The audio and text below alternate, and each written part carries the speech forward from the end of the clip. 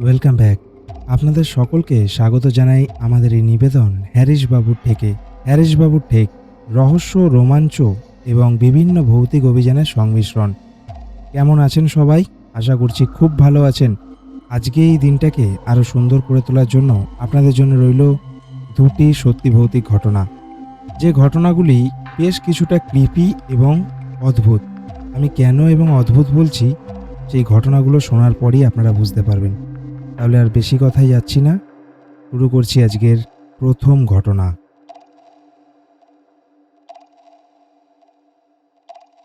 আজকের প্রথম যে ঘটনাটা আমি বলতে চলেছি সেটা পাঠিয়েছে কলকাতা থেকে সায়ন।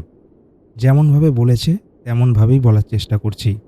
নমস্কার সুমনদা, কেমন আছো? আশা করি ভালো আছো তুমি। আমি কলকাতা থেকে সায়ন বলছি। আশা করছি আমি যে ঘটনাটি তোমাকে পাঠাচ্ছি সেটা যদি তুমি সিলেক্ট করো তাহলে সকল শ্রোতাদের ভালো লাগবে। তাহলে আর দেরি না করে ঘটনাটা ব্যাখ্যা করা যাক। এই ঘটনাটা ঘটেছিল আমার জেঠু তার ছেলে অর্থাৎ আমার কাজিনের সাথে। আমার সেই জেঠুর একটা মিষ্টির দোকান আছে, সেখানে কমল কাকু বলে একজন মিষ্টি বানানোর কাজ করেন। ঘটনাটা ঘটেছিল ৩-৪ বছর আগে। ঘটনাটা যেই দিনকার, সেদিন কমল কাকুর মেয়ের বিয়ে ছিল। আর সেই বিয়ের অনুষ্ঠানে কমল কাকু জেঠুদের পুরো ফ্যামিলিকে নিমন্ত্রণ করেছিল। তার আগে বলে রাখি, সেদিন বিয়ে বাড়িতে আমার জেঠু আর আমার ভাই সুবিনাশ গেছিল, বাকিরা কিন্তু কেউ যেতে পারেনি। কাকিমারা যেতে পারেনি কারণ সেদিন দিদার খুব শরীর খারাপ ছিল। যাই হোক, আমাদের বাড়ি থেকে কমল কাকুর গ্রাম প্রায় ২২ কিলোমিটার দূরে। যেহেতু কাকিমা বা বাড়ির লোকজন কেউই যেতে পারেনি, তাই সুমিনাশ ঠিক করে ওরা বাইকে করে সেই বিয়ে বাড়িতে যাবে। তো যথারীতি ওরা বাইক নিয়ে বিয়ে বাড়ির উদ্দেশ্যে বেরিয়ে পড়ে।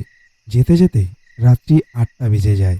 তারপর রাতের খাওয়া দাওয়া কমপ্লিট করতে করতে খুব বেশি রাত না হলেও গ্রাম হিসাবে কিন্তু রাত হয়ে যায়। এরপর জেঠু আর সুবিনাশ যখন বাড়ি ফেরার অনুমতি নেয়, তখন কমল কাকু আমার জেঠুকে একটা টিফিন বক্সে অনুষ্ঠান বাড়ির যাবতীয় খাবার দাবার কাকিমার জন্য প্যাক করে দেয়। জেঠু ভদ্রতার খাতিরে আর না বলতে পারে না। এরপর জেঠু আর সুবিনাশ যখন বাইকে করে বাড়ি ফিরছিল, তখন ঘড়িতে প্রায় রাত 11টা মতো বাজে। গ্রামের পথঘাট একেবারে নির্জন, কোথাও কোনো লোকজন নেই। একদম নির্বাক ও নিশ্চুপ এলাকা। রাস্তার মাঝে মাঝে একটা করে ল্যাম্পপোস্টে আলো জ্বলছে শুধু, আর সাথে ঝিঝি পোকার একটানা ডাক শোনা যাচ্ছে। হঠাৎ সুবিনাশ অনুভব করে তার সামনে দিয়ে কেউ একজন দ্রুত বেগে চলে গেল। প্রথমে সে ব্যাপারটা না বুঝলেও পরে কিন্তু ব্যাপারটা ঠিকই বুঝেছিল।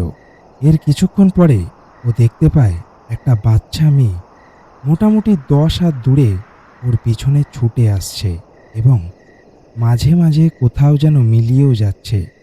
এই ঘটনাটি দেখার পর ভাই খুব ভয় পেয়ে যায়। বাবাকে বলে, বাবা বাইকটা তাড়াতাড়ি চালাও। তখন ছিল শীতকালের সময়, তাও সুবিনাশ ভীষণ ঘেমে যাচ্ছিল। সুবিনাশ বারবার তার বাবাকে বলছিল, বাবা আরো জোরে বাইক চালাও, আরো জোরে। আর ভয়ে ওর বাবাকে চেপে ধরেছিল। ভাইয়ের অস্থিরতা দেখে জেঠু কিছু বুঝতে না পারলেও তিনি ভাইকে জিজ্ঞাসা করলেন, কি হয়েছে রে তোর? ভাই তখন চোখ বন্ধ করে জোরে জোরে বলে উঠল, আমাদের পিছনে কে যেন আসছে, আমার খুব ভয় করছে বাবা, তুমি জোরে বাইক চালাও। জেঠু ব্যাপারটাকে সিরিয়াস নেয় না এবং ভাবে সুবিনাশ হয়তো কিছু একটা দেখে প্রচণ্ড রকম ভয় পেয়ে গেছে। কিন্তু কিছুক্ষণ পর যখন গ্রামের রাস্তা একদম শেষের দিকে চলে আসে, তখন বাইকের সামনে একটা কুকুর এসে যায়। জেঠু ব্রেক করে কোনো রকমে গাড়িটাকে থামিয়ে দেয় এবং ব্রেক করে জেঠু অনুভব করে জেঠুর পিছনে প্রায় 10-20 হাত দূরে একটা বাচ্চা মেয়ে দাঁড়িয়ে আছে। জেঠু তখন নিজে খুব ভয় পেয়ে যায়। যত দ্রুত সম্ভব গাড়িটাকে টানতে থাকে। গাড়ি টানতে টানতে জেঠু লক্ষ্য করে মাঝে মধ্যে বাচ্চাটি খুব দ্রুত গতিতে আসছে, আবার কোথাও যেন মিলিয়ে যাচ্ছে। জেঠু এরকম পরিস্থিতির সম্মুখীন কোনোদিনও হবেন সেটা উনি কল্পনাও করতে পারেননি। যাই হোক, এই দুরবস্থায় জেঠুর মাথায় একটা জিনিস আসে যে হয়তো আমাকে এর মুখোমুখি হয়ে লড়তে হবে, আর নইলে যতটা দ্রুত সম্ভব গাড়িটা জোরে টেনে নিয়ে যেতে হবে। এর ফলে অ্যাক্সিডেন্ট হওয়ারও সম্ভাবনা থাকে। জেঠু সেই মুহূর্তে কি করবে ভেবে উঠতে পারছে না। তখনই জেঠু সুবিনাশকে বলে, সুবিনাশ শোন, একদম পিছন ফিরে তাকাবি না, আমি গাড়িটা থামাচ্ছি। আমার ভাইয়ের তখন মড়ো অবস্থা। কাকু গাড়ি থামিয়ে ঠাকুরের নাম নিয়ে প্রণাম করে সামনের দিকে তাকিয়ে বলে, কে রে, কে ওখানে, কি চাই তোর? আমরা তো চিনি না, তাও কেন পিছনে আসছিস আমাদের? যা বাবা, যেখান থেকে এসছিস সেখানে চলে যা, আমরা তো তোর কোনো ক্ষতি করিনি, তাহলে এরকম ভয় কেন দেখাচ্ছিস? এই কথাগুলো বলার সময় জেঠু একেবারের জন্য পিছন ফিরে তাকায়নি। তিনি সামনের দিকে তাকিয়ে কথাগুলো বলছিলেন। তখনই এক আশ্চর্য রকম ঘটনা ঘটে। জেঠু বাইকের সাইড মিরারে দেখতে পায় ওই বাচ্চা মেয়েটি অনেকটা সামনে চলে এসেছে, রাস্তার মাঝখানে এসে বসে খেলছে, আবার কখনো কখনো সে কাঁদছেও। এরপর জেঠু ভাবল, আমাদের কাছে মাংস আছে, তাই কি এরকম হচ্ছে? জেঠু ভাইয়ের হাত থেকে খাবারের বাটিটা নিয়ে পিছনের দিকে না তাকিয়ে একদম উল্টো করে ফেলে দেয়। এরপর জেঠু ভাইকে বাইকের পিছনে বসিয়ে কোনো রকমভাবে স্পিডে বাইক চালিয়ে বাড়ি চলে আসে। এরপর সেই মেয়েটিকে আর দেখা যায়নি কখনো। পরের দিন ভাইয়ের খুব জ্বর আর বমি হয়েছিল। ইনফ্যাক্ট কাকার শরীরটাও খুব একটা ভালো ছিল না। যাই হোক, কারো কোনো প্রকার বড় কোনো ক্ষতি হয়নি। দাদা, এই ছিল ঘটনা। হয়তো ঠিকমতো গুছিয়ে লিখতে পারিনি, ভুল ত্রুটি হলে ক্ষমা করে দিও নিজের মতো করে। শুরু করছি আজকের দ্বিতীয় ঘটনা। ঘটনা পাঠিয়েছেন সুবীর রায়। হ্যালো সুমন ও সাগরদা, আমি সুবীর রায় বলছি। আজ আমার নিজের সাথে ঘটা একটা ঘটনা শেয়ার করছি তোমাদের।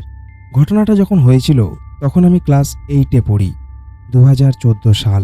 আমার কাকা, কাকার মাসতুতো বোন, মাসি, মেসো ও ঠাকুমা সবাই মিলে আমরা ঠিক করি যে সুন্দরবন ঘুরতে যাব।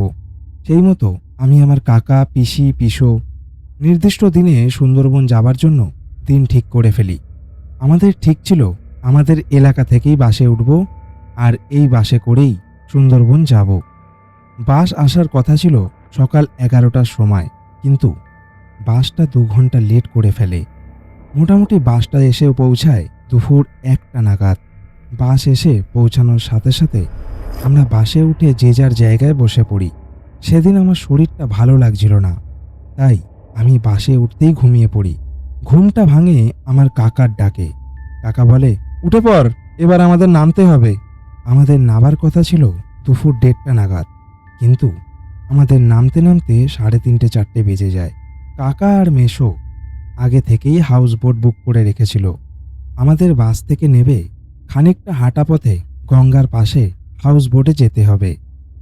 গঙ্গার দূষণমুক্ত বাতাসে আর মনোরম দৃশ্যে আমি বেশ খানিকটা সুস্থ হয়ে গেলাম। এমন দৃশ্য আমি আগে কখনোই দেখিনি। যাই হোক, আমরা এসে উঠলাম বোর্ডে। এমনিতে দেরি হয়ে গেছিল বলে আমরা লাঞ্চ করতে বসে পড়ি। আমরা হাউস বোটে করে সুন্দরবন ঘুরব, এটাই পরিকল্পনা ছিল। যে দৃশ্য আমি দেখেছিলাম তা আজও আমার চোখে ভাসে। এবার হাউস বোটটার সম্পর্কে একটু বর্ণনা দিয়ে রাখি। হাউস বোটটা ছিল দোতলা, নিচতলায় 3টে রুম, সাথে অ্যাটাচ টয়লেট।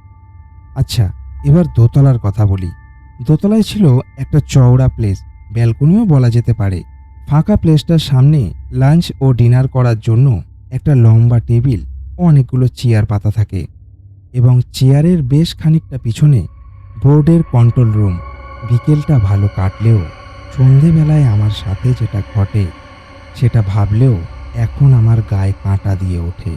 হাউস বোটটা চলতে চলতে সন্ধে হবার কিছু আগে বোর্ডের ক্যাপ্টেন বোটটা বন্ধ করে দেয়। আমরা ক্যাপ্টেনের কাছে গিয়ে জানতে পারি বোটটা এখন মাঝ নদীতেই থাকবে, এখন আর চলবে না। সাথে ক্যাপ্টেন আরও বলেছিল আমরা নাকি সজনেখালির আশেপাশেই ছিলাম। আমরা তারপর দোতলা থেকে সবাই নিচে নেমে যাই ফ্রেশ হবার জন্য, কিন্তু আমি, কাকা আর কাকার মাসতুতো বোন আমরা দাঁড়িয়েছিলাম দোতলায়। তখন সন্ধ্যা বেশ ঘন হয়েছে। গঙ্গার মাঝে যেন কালো চাদরের মতো অন্ধকার নেমে এসেছে, একটা গা ছমছমে পরিবেশ।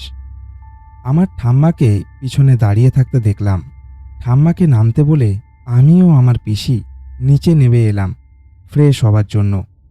আসলে রানী পিসি হলো কাকার সেই মাস্তুতো বোন। দোতলা থেকে নিচে নেমে রানী পিসি চলে গেল ওয়াশরুমে ফ্রেশ হতে। আমার ফ্রেশ হতে একদম ভালো লাগছিল না।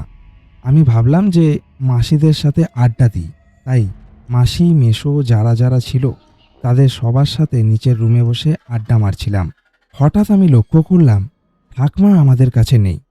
ভাবলাম ঠাকমা তাহলে এখনো কি ওপরেই আছে? এই ভেবে আমি ওপরে চলে যাই ঠাকমাকে ডাকতে। গিয়ে দেখি ঠাকমা পান খাচ্ছে। আমি বলি, ঠাকমা নিচে চলো, সবাই তোমাকে ডাকছে। ঠাকমা বলল, হ্যাঁ যাবো, দাঁড়া। এটা বলে আমি ফাঁকা প্লেসটার ঘুরছিলাম আর কাকার ফোন নিয়ে গেম খেলছিলাম। ঘুরতে ঘুরতে যখন চেয়ারের দিকে নজর যায় তখন দেখি ঠাকমা আর সেখানে নেই। আমি ভাবি ব্যাপারটা কি হলো, জলজ্যান্ত একটা মানুষ গেল কোথায়? যদি নিচে চলে যায় তাহলে তো আমার সামনে দিয়েই যেতে হবে। ভূতের মতো তার উধাও হয়ে যেতে পারে না। এসব ভাবছি আর আশেপাশে ঠাকমাকে খুঁজছি। সেই কন্ট্রোল রুমেও গেলাম, কিন্তু সেখানেও ঠাকমাকে দেখতে পেলাম না। এবার আমি এক কোণায় দাঁড়িয়ে ভাবছি ঠাকমা গেল কোথায়? নিচেই গেল নাকি? এই সব ভাবছি। ঠিক তখন কে যেন আমার পিছনে হাত রাখে। আমি খুব ভয় পেয়ে যাই আর এতটাই ভয় পেয়ে যাই যে সঙ্গে সঙ্গে মেঝেতে পড়ে যাই। ফিরে দেখি রানী পিসি আর ঠাকমা দুজনেই দাঁড়িয়ে আছে। আমাকে জিজ্ঞাসা করলো, কিরে, ভয় পেলি নাকি? আমি ঠাকমাকে জিজ্ঞাসা করলাম, আচ্ছা ঠাকমা, তুমি এখানে বসে পান খাচ্ছিলে না? ঠাকমা বলে, কই না তো, আমি ওপরে বসে পান খাইনি তো। তোরা চলে যাবার পর তো আমি নিচে চলে আসছি, তারপর ফ্রেশ হয়ে এখনই তো রানীর সাথে ওপরে আসলাম। এগুলো শুনে আমি অত্যন্ত ভয় পেয়ে যাই এবং ধীরে ধীরে আমি ঘটনাটা সবাইকে জানাই। আমার কথাটা কেউই বিশ্বাস করতে চাইছিল না। সবাই বলছিল এটা নাকি আমার মনের ভুল, কিন্তু আমি নিজেকে কথাগুলো কিছুতেই বিশ্বাস করাতে পারছিলাম না যে আমি ভুল দেখেছি। আমি শিওর ওটা আমার মনের ভুল হতে পারে না। সত্যি সেদিন আমি খুব ভয় পেয়েছিলাম। যদিও এরপর আর কিছু হয়নি। পরের দিন ভালোভাবে সুন্দরবন ঘুরে বাড়ি চলে আসি আমরা। এই ছিল আমার ছোট্ট অভিজ্ঞতার ঘটনা। আজও পর্যন্ত এই ঘটনার কোনো ব্যাখ্যা আমি খুঁজে পাইনি, কিন্তু আমি শিওর আমি ঠিকই দেখেছিলাম সেই সন্ধ্যায়। এই ছিল আজকের দুটি ঘটনা। এবার বলুন, আমি প্রথমে যখন আপনাদের বলেছিলাম যে ঘটনাটা ক্রিপি এবং অদ্ভুত, দুটোই আপনারা পেয়েছেন তো? অবশ্যই কিন্তু কমেন্টের মাধ্যমে আপনাদের মতামতটা কিন্তু জানাবেন। তাহলে দেখা হচ্ছে আগামী পর্বে নতুন কোনো ভয়ের অনুভূতির সাথে।